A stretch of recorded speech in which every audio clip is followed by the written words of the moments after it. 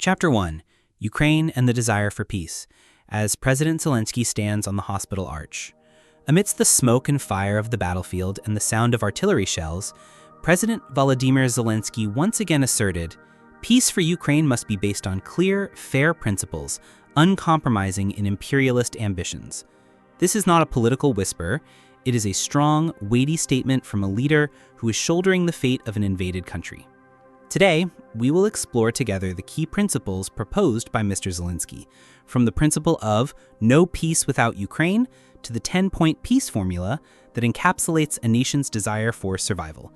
And who knows, we may even be able to laugh a little lightly in the midst of so much pain.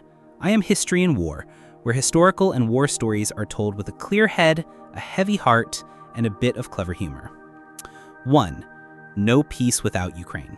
Recently, when information appeared that U.S. President Donald Trump might organize a U.S.-Russia peace conference in Alaska without contacting Zelensky, the Ukrainian president flatly refused.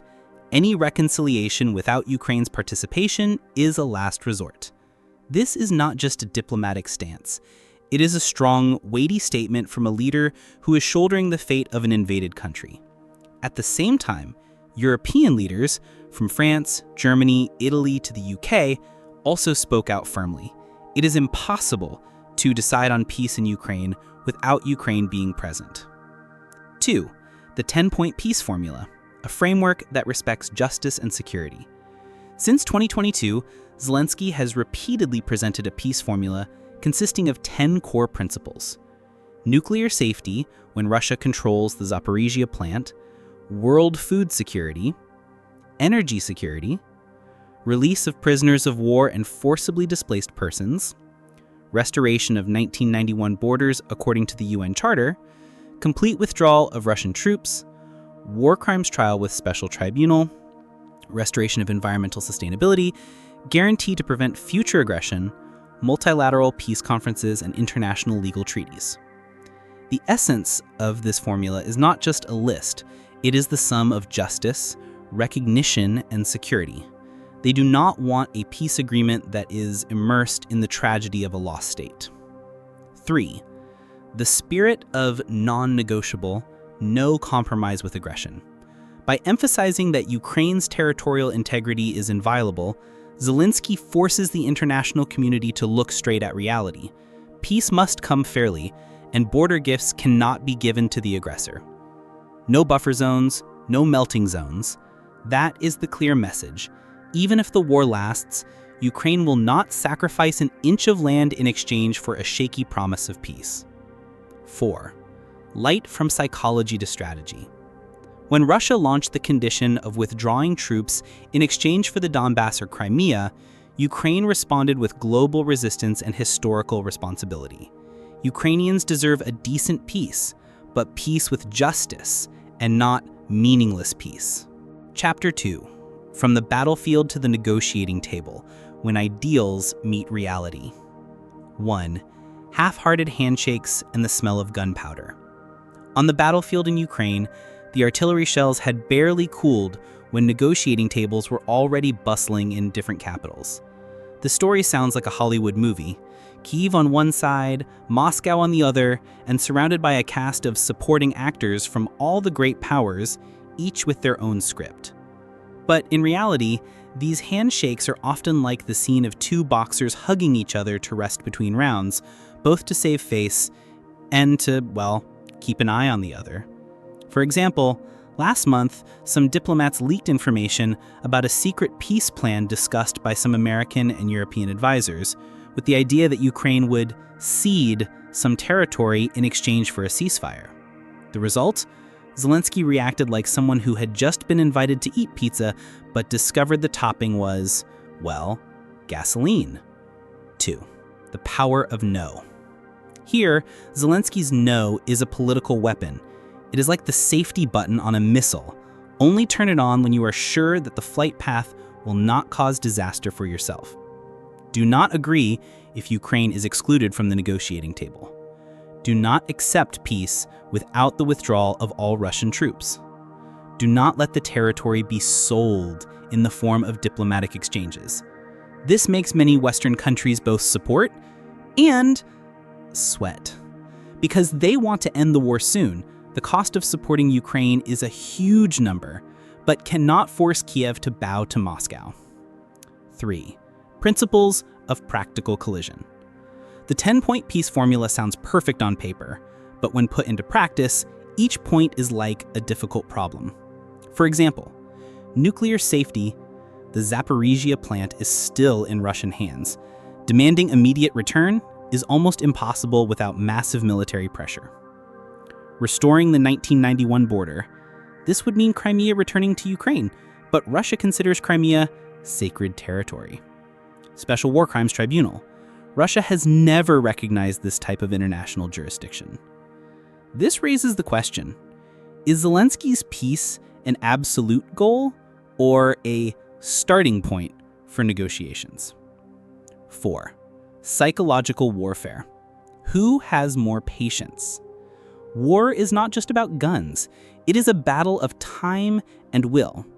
Russia hopes the West will tire, divide, and cut off aid. Ukraine is betting on Russia's economic exhaustion and internal instability.